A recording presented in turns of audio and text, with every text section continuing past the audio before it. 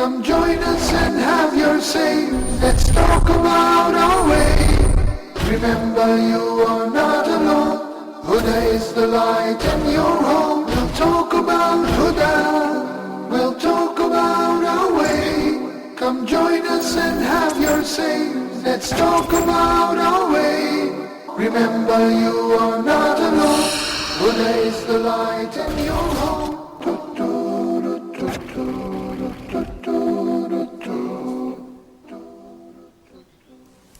It's 2 o'clock in Nigeria, 3 o'clock in Cairo. I think it's 5 o'clock in the Gulf. But you know what time it is? It's time for Viewers Pulse. You guys, it's Ramadan's Pulse. It's Viewers Pulse with a twist. I'm really excited about this program because the point and purpose of this program is to really unite the Muslim world in this beautiful and blessed month of Ramadan. As you guys know, we've been taking you guys all around the world, and it's all free courtesy of Huda TV. You guys have a first-class ticket on Air Huda. On the first episode, we took you guys to beautiful Bosnia, which, like we said, was just here in southeastern Europe on the Balkan Peninsula, north of my father's native country, Greece. It was a beautiful and amazing country. In the second episode, we went to another lovely country where we are based actually right now, Egypt, the Arab Republic of Egypt. And actually, it was a wonderful episode, and I really hope that we really gave you guys the feeling and the beauty and the spirit of Ramadan in this beautiful country of Egypt. Of course, I did get some negative feedback from my Egyptian friends, Ihab Abu Zaid from October, as well as Mohammed Said here from Misr Qadim, or as the Egyptians say, Masr Adim. They said to me, Brother Malik, you said on that show that Egyptians make kunafa in the washer machine. But guess what? It's true, because I saw it on Channel 25 from a host of a cooking show called a woman named Setta Ghalia, and she said the restaurants, they buy a new washing machine and they make the kunafa in large amounts. So it's true, you guys. The second point I want to recap about Egypt was, I forgot to mention Omo Ali, which is a wonderful dessert that we love to eat in this wonderful month, as well as Baba Ganoush. This is a wonderful what we call betinjan, eggplant dish that we eat here in Egypt. Some Zionist people claim it's a Jewish dish, but this is all lies. It's actually Egyptian. And if you guys are ever in Cairo, I invite you to my mother-in-law's house here in Hadaiq Al-Koba, Mr. Sudan Street, and have some of the best Baba Ganoush in the world. Give me a call now, 00202 3855 248 or 249. The phone number is 00202 3855 248 or 249. You guys, we have another amazing, exciting, and important country in the Muslim world. I'm going to give you guys some tips, some hints. Okay, you guys? Well, let me give you the email before I do that. pulse@huda.tv. Of course, we're on Skype as well. And Facebook, www.facebook.com/huda.tv. So send us all your feedback. Give us a call at Skype. You guys, we have a new country today. It's very exciting. I recently traveled there. Let me give you some hints before I tell you what it is. It's exciting. This country consists of 7 pieces, parts, state, or provinces, okay? 7 pieces in this country. Its official languages are Arabic and English. Its population is 5 million. Now, we saw in Egypt, it was 90 million people. It's a big country. Where in Bosnia, it was 4 million. It's a bit small. So this is also a smaller country in size and in population. In fact, let me give you some information about its location. Yes, it is located in the Middle East, bordering the Gulf of Oman. Some of its neighbors are Oman, Saudi Arabia, Qatar, Kuwait, and Iran. This is just a little bit of information so you can guess what country I'm talking about. It includes islands, and it does have a mainland. Its area is 83,600 square kilometers, which is slightly smaller than the state of Maine. And by the way, I got this information online at CIA worldfactbook.com, because I thought if anybody had really good and accurate information about Muslims and the Muslim world, it's the CIA. So hi, you guys, if you're watching as well. Coastline. This country has an extensive coastline, almost over 1,000 kilometers, and has a strategic southern approach to the Strait of Hormuz. Its climate has a desert climate, although it is cooler in the eastern desert mountains. Some other interesting information that might give you guys a hint of what this country is. Literacy, 77.9%, which is an important fact I want to mention from now on about all the countries. Median age, 30.2 years old. The average person there is 30 years old. You guys, I don't want to actually give you any more information about this country. I think I gave you guys a lot. I think you might know what country it is, but if you don't, I want you guys to check out this video that we're about to show you, and you should know what it is after we check out this video. So after that, we'll be right back, and we're going to talk to a very special guest all the way from this country, a well-known Muslim scholar, preacher, and da'i. You don't want to miss this wonderful interview with him as well. So you guys stay tuned, check out this video, and we'll be right back.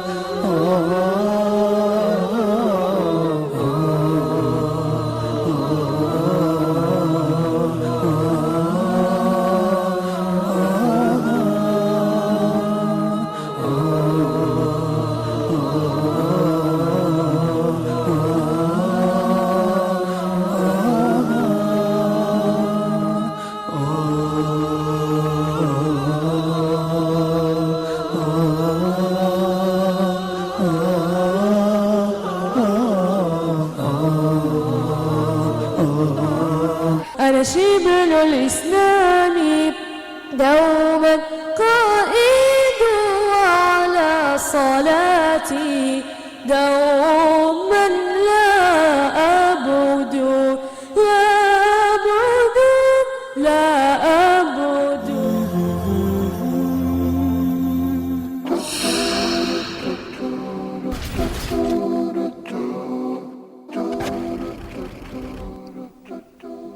I certainly hope you guys enjoyed that video of the United Arab Emirates. That's right, that's our third country, Bosnia and now Egypt, where we discovered they are truly Aqsa Nas. But now we have the UAE, the United Arab Emirates. I recently had the pleasure of traveling there. It was a beautiful country with beautiful people, and I certainly hope to return there soon. We do have a very, very special guest. I was delighted to meet him recently at the 2012 Dubai International Peace Convention. He's a well-known English revert to Islam. We're going to talk to him about the Ramadan Forum in Dubai, as well as his experiences as a Muslim in the UK, as well as in the UAE. I think you guys have seen him before on other channels and many programs, but right now he's on Huda TV, so please give him a warm welcome. I'm talking about Brother Ismail Bulak, and we're going to have him on Skype here shortly. We're certainly pleased to have him on our channel and on this program. I think he can give us a lot of insight about how things are way over here in the UAE. We took you guys to Bosnia, Egypt, now the UAE. I'm really excited about it. Brother Ismail is a very kind man. He works in Dawah projects there in Dubai, and it was a pleasure meeting him. I certainly hope he's with us now, brother. Assalamu alaikum, Brother Ismail. Are you available? Yes, Brother Malik. How are you doing? Thank you so much for appearing on the show. I'm sorry I kept talking. I wasn't sure if you were on the line. We had a very clear connection. Well, thank you, first of all, for joining me on the show, Brother Ismail. And like I said, it truly was a pleasure to meet you there in Dubai. Brother, first of all, tell us a little bit about yourself. How many years ago did you become Muslim? Where are you from originally? And how many years have you lived in the UAE? Sure. Well, for those who don't know, I'm from the UK. Alhamdulillah, by the blessings of Allah, I became Muslim, mashallah, at the young age of 14 years of age. When I came across some Muslim students praying inside a classroom, which really sparked my interest, and I became a Muslim at the age of 14. Now, I first came here to the UAE, United Arab Emirates, 3 years after I became Muslim. So we're talking 1994, and I was 17 years old. So I've been in the UAE, coming on for 18, 19 years now. Brother Ismail, I'm sorry, can I interrupt you real quick? I'm sorry, brother. That was just really interesting what you said. You became Muslim when you're 14 years old. So that is really, mashallah, that's really amazing. What year was that? What year was... 19, no, you're giving away my age now. Oh, I'm sorry, but it's just so interesting because many of us became Muslim more recently, but mashallah, you have been Muslim for many years. That was 1991. Okay. So that was 20. I'm 35 now, so that was almost 21 years ago, mashallah, that I've been Muslim now. Mashallah, brother, and really quickly also, you've been in the UAE for some time, so that was before all this development was there. It was just a desert back then, wasn't it? Well, that wasn't as bad as that. I mean, even when I came here, Dubai, or UAE, should I say, in many a standard was still very developed, still very wealthy. But yeah, it wasn't, it didn't have the Burj Khalifa and the Burj Al Arab and the very famous sites, and a lot of the housing and the developments and buildings and, the metro and all these different things we have here have obviously come up in the last few years, yes. Okay, excellent. But I'm trying to go ahead and continue with what you were saying. I didn't mean to interrupt you with those questions. You were telling us a little bit about yourself. Continue, brother.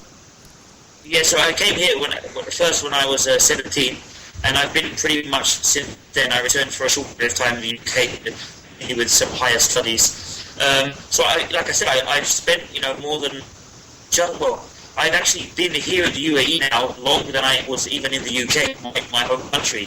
So. And as you mentioned, I work here in Dubai government. I was blessed, alhamdulillah, leaving a background in corporate client relations management to be able to work for the Dubai government Department of Tourism and Commerce Marketing in a very, mashallah, very unique and one-of-a-kind exhibition called El Siraj exhibition, which is based in the Shidlaba historic area in Dubai. So it's a very popular tourist area.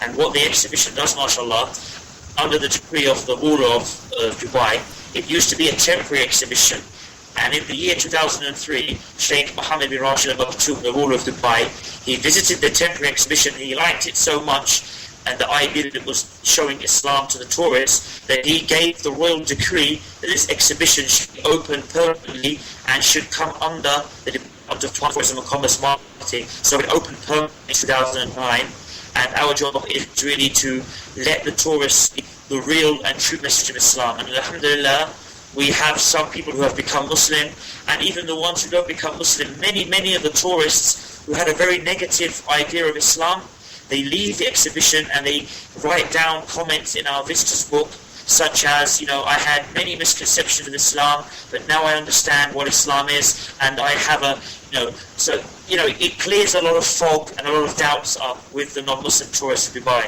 And brother, that's almost as important in my opinion as people actually becoming Muslims, because this creates a beautiful thing when you can clarify misconceptions and take people that were really had negative feelings towards Islam and turn them around to have a positive feeling about Islam. Brother, what is can you give the information to people that possibly would like to travel to Dubai, where they can reach that exhibition? Do you have a website or something like that? Well, with regards to, there is obviously the main Department of Tourism and Commerce Marketing, which is DubaiTourism.ae. On top of that, we have our exhibition website. At the moment, the exhibition is going under some renovations, so it's but they can obviously take down the Al-Siraj exhibition, which is www.al-siraj.com, and they can get an idea of the history behind the exhibition. And obviously we would like everyone who does come to Dubai in the next few months to come and visit us as well. Excellent. Well, thank you, brother. Brother Ismail, I wanted to ask you now, I want to get into our program, Ramadan Pulse. In this program, I really want to highlight why really unite the Muslim world and show the uniqueness of each country in the Muslim world. So I want to ask you this. For example, say I was an American tourist or something, and I want to experience Ramadan in a Muslim country. There's so many Muslim countries to choose from. For example, Syria, Indonesia, Pakistan, Egypt, for example. Why would you encourage somebody to choose the UAE? What makes Ramadan special in the UAE? Well, I think, there's many things with the UAE. For example, you touched upon the Ramadan Forum, and this is something which is just very interesting, and it does attract not necessarily from the West, but also tourists who attend it, but it attracts a lot of tourists from the other Muslim countries, which is the Ramadan Forum. Now, this has been going on since 2010, so it's in the 11th year now. This year is the 11th year. Now, this is the idea of this is it's an event where different scholars, different famous speakers from around the Arab world. For example, today is the Arabic program opening day, and we have Sheikh Dr. Muhammad Al-Arifi. He's doing the opening one. So we have various Arab scholars, and what we started doing in the year 2009 is we saw, or the Department of Tourism and Commerce Marketing, they saw that there is also a need to pass on the message and the teachings of Islam, especially in this month of Ramadan, to the non-Arabs and the non-Muslim communities here. So we started in 2009, the Ramadan Forum. After the Arabic program, we go into the or the other languages program. So we have lectures in languages such as English, in Urdu, in Tagalog, the Filipino language. We have a very large Filipino community here, non-Muslims as well, and the Malayalam, which is the language of South India, which again we have a very large community here. So we started to do this to attract people to Dubai, not only as a general place of tourism, but to try and make Dubai also a hub for religious tourism, if you like. So that's something we've started, and mashallah, we've had a very big attendance at the Ramadan Forum, the non-Arabic program, so much so that last year we had around 67 new Muslims. They took Shahada after the Filipino language event, and the previous year, 2010, can you believe it, subhanallah, and I was there and witnessed this scene. It was,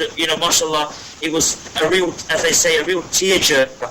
We saw 124 people take Shahada on the stage from the men's area and the women's area after, again, the Filipino lecture. So you can see here that, mashallah, the kind of effect that this event is happening here, and it's very unique as well. It's a very unique event that caters for both the Arabs and the non-Arabs, probably in the whole of the Middle East. Yeah, well, that's amazing. 124 people accepting Islam on one stage. Brother, the Ramadan Forum now, is it, is it giving lectures and things like that every day? Or is it every day in Ramadan, is there a lecture and a speech? Or how does it work exactly? Well, basically it starts today. The Arabic one starts from the 24th until the 31st. And then from the 31st, 4th is the main non-Arabic program. But what I'd like to mention, because I know you have many viewers in the UAE, the initial non-Arab lecture will be in English, which is Khalid Yasin, and that will be in English on the 26th, so we're talking in 2 days' time, and that will start 10:30 p.m. UAE time in the Dubai World Trade Center, in the Sheikh Rashid Hall. So we want people to come there, and the following day at the same location, the World Trade Center, we have Sheikh Zafar al-Madani, who's a very known Indian scholar here, who's a graduate from Medina. He's very well known. He'll be doing it in Urdu. After that, the Arabic program will continue, and then on the 31st, 1st, 2nd and 3rd, we have on the 31st Sheikh Tawsif al-Rahman in Urdu. He's very well known, from Pakistan, who lives and teaches in Saudi Arabia. And on the 1st, we will have in the South Indian language, Malayalam, M.M. Akbar, who is also a very well-known speaker in comparative religion. On the 3rd, we'll have a very well-known da'i from the Philippines, mashallah. Again, he's the one who gave the lecture. We had a huge amount of people becoming Muslim. Brother Umar Pinalbur, he'll be on the 2nd. And from the 31st, by the way, from the 31st until the 3rd is all in a location in Dubai called Al Tawar. You can check out the website for all the information, the locations, which is www.almultaqa, which is almultaqa.ae. They can find out all the location and details there. And on the last non-Arabic program, we have brother, which I'm sure many of the viewers and yourselves are familiar with, Brother Yeshua Evans, a former Christian youth minister. He'll be doing a talk on the life of the Prophet Muhammad, that he was a mercy to mankind. So that is the program, inshallah, this year for the non-Arab. And we'd like, inshallah, all the viewers that you have, many of the viewers in the UAE, to come and join us there, inshallah, and join in the benefit and the reward of this month and of this event, inshallah. Brother, that sounds like an amazing forum. It sounds like you guys really have a comprehensive package for many people. Now, on a side note, I did notice, mashallah, in Dubai, many Filipinos are accepting Islam, Brother Ismail. What are your thoughts about that? It seems like they are very receptive to the message of Islam. That's right. I mean, mashallah, we have a center here called the Islamic Information Center, which is part of the University of Dubai, which is part of the Darul Bur Society. Now, they are different to us. We are an exhibition that explains Islam, but they are a dawah center. So many people go to them. And I hear, mashallah, from the brothers there that they have sometimes hundreds of Filipinos and other nationalities, but the majority Filipinos, because there's such a huge community, many hundreds becoming Muslim. So it definitely is, and I've heard the same in Saudi Arabia. And my experience with the, mashallah, the Filipino community that I've met here is they are generally a very humble and a very God-loving community. All you really need to do for so many of them, even the practicing Christians, is they need to understand, and you need to explain to them the reality of Tawheed, of the oneness of Allah, and how it is only logic and rational that Allah is one. And you have to also explain to them the history on how the Christianity and the Bible, etc., has become distorted and changed over time. And so many of them will willingly and very emotionally accept Islam. And I've seen this with my own eyes, even at our exhibition, Al Siraj. That's amazing, Brother Ismail. I wanted to ask you a little bit about Ramadan now as well in the UAE. Can you give us, the viewers and myself, a little bit of the flavor of Ramadan in the UAE? What foods are you eating for sahur and iftar?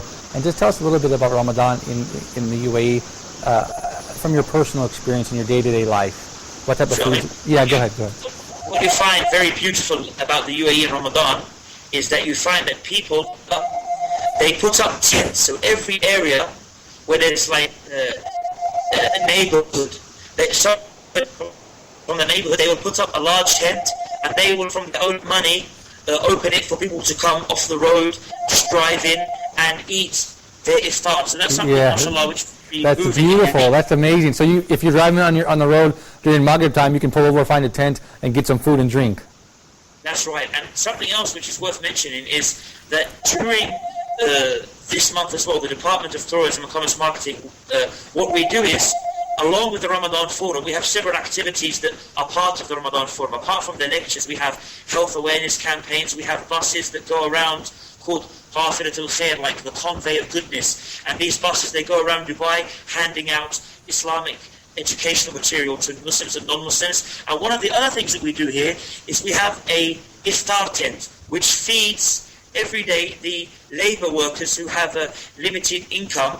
We feed 3,000 labour workers daily during the month of Ramadan. MashaAllah, brother, that is amazing. It does certainly sound like a special country and a nice place to spend the month of Ramadan. Although I have to mention, I believe it's incredibly hot there in Dubai, so in the UAE, so that must put a little bit of pressure on the fasting, I suppose, right? Say that again, sorry?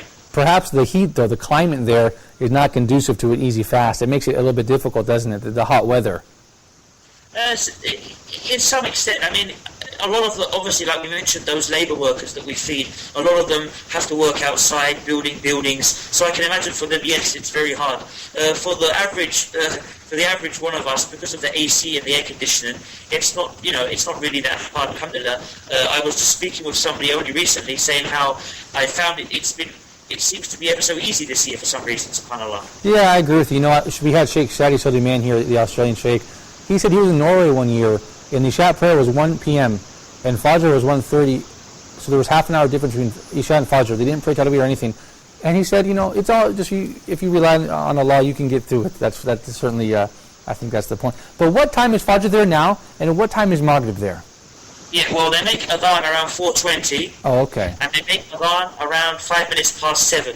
Oh, that's not bad. Those are nice hours. It's about 15 hours. Of yeah, but now what about, I know you've celebrated now 3 Ramadans, I believe, in the UK, and the rest of your life in the UAE. Can you contrast that a little bit? Tell the viewers about some of the special things in the UAE. Contrast the UK, Ramadan in the UK and the UAE.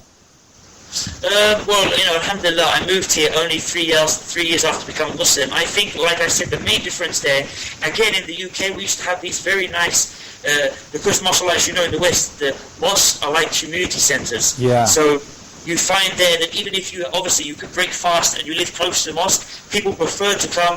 It's that feeling of the brotherhood in the West, getting together and breaking the fast. So you do have that, of course, but what I like, and I see the difference here, is you have things, if you live in a neighbourhood, maybe not in the skyscrapers, but if you live in a neighbourhood, whether it's a normal neighbourhood or a very, even a rich neighbourhood, but the neighbourhood where you have like villas next to each other, and you'll see this, and I experienced this myself, that your neighbours will come and knock on the door and give you plates of food. So you living in that neighbourhood will receive 5 plates of different dishes from your neighbours, and you'll do the same thing. So this is something very nice. Obviously, we know the rights of the neighbour in Islam, so this is very beautiful, and this is something that you can't really compare to the West, because obviously the majority of your neighbours aren't Muslim. So this is something which I personally feel is I really enjoy, and it's really moving when you see all the neighbours bringing you food, and you send food over to the neighbour and vice versa. This is something very unique in comparison to what you'd see in the West. That's an excellent point, Brother Ismail. Actually, in the first episode, we had a brother from Bosnia, and he shared with us the same thing. He told us we have a tradition in Bosnia. We always give food to our neighbors, and I think this is a beautiful thing that we have in our Muslim Ummah. But as you said, in the West, Ramadan is a bit different, although it does have nice qualities as well. Like you said, the brotherhood in the community centers there. Brother Ismail, just in closing the program, I want to ask you about Huda TV in the UAE. Do you think the UAE, we have a strong viewership there? So, just give me one. Do you believe Huda TV has a strong viewership there in the United Arab Emirates? So I can't hear you, sorry? Oh, I'm sorry. Is Huda TV popular? Do we have a large viewership in the UAE? Yeah, to my knowledge, there is definitely a large viewership over here.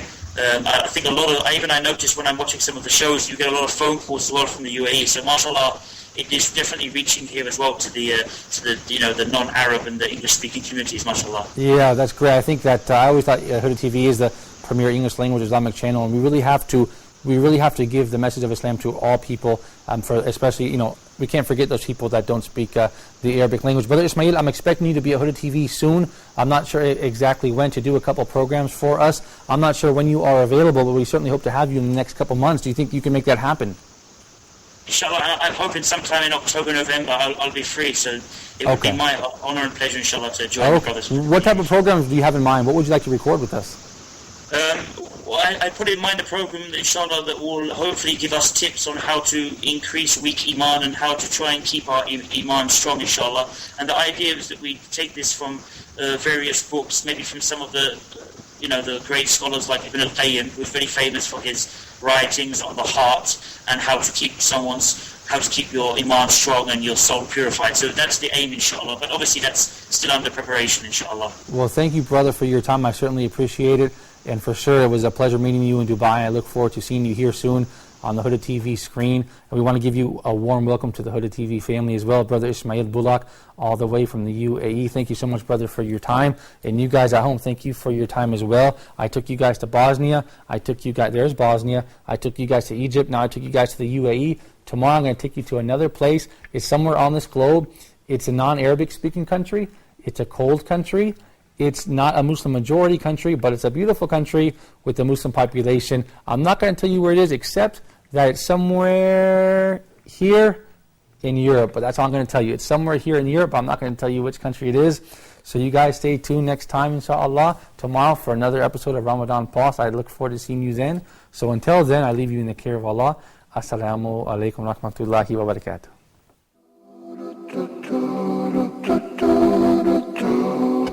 We'll talk about Huda, we'll talk about our way. Come join us and have your say.